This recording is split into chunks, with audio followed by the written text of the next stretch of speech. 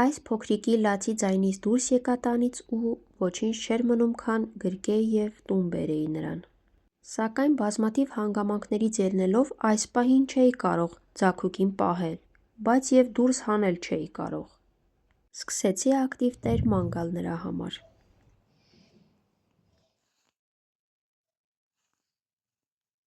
Լողանում ես, լվացվում ես, իմ մաքրելը դուրդ չեկավ, հա, դե լավ, լվացվի: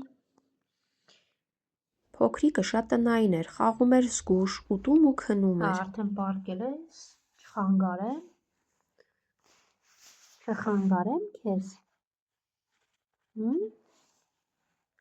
չխանգարեմ քնես, չհագեցար տնից, էդքան քնեցիր, լրիվ գրկի փիսիկ: Բացարձակ ոչ մլավում էր, ոչ դուրս ցանկանում գնալ: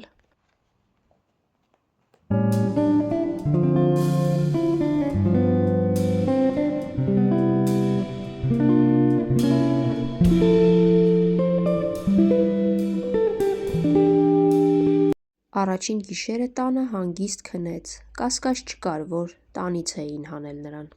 Չափազանց մարդամոտ փիսիկ էր: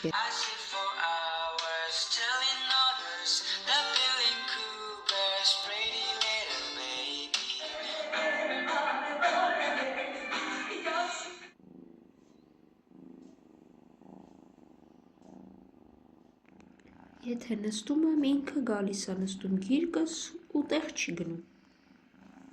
Այսպես գիրկս քնում ու չի թողնում տեղաշարժվեմ: Բարեբախտաբար նրա համար գտա հրաշալի տեր, ով արդեն մեկ փիսիկ պահում էր: Կարճ ասած փոքրիկը մեծ քույրիկ ունի: Պահեցի մինչև եկան ու տարան Սիրունիկիս: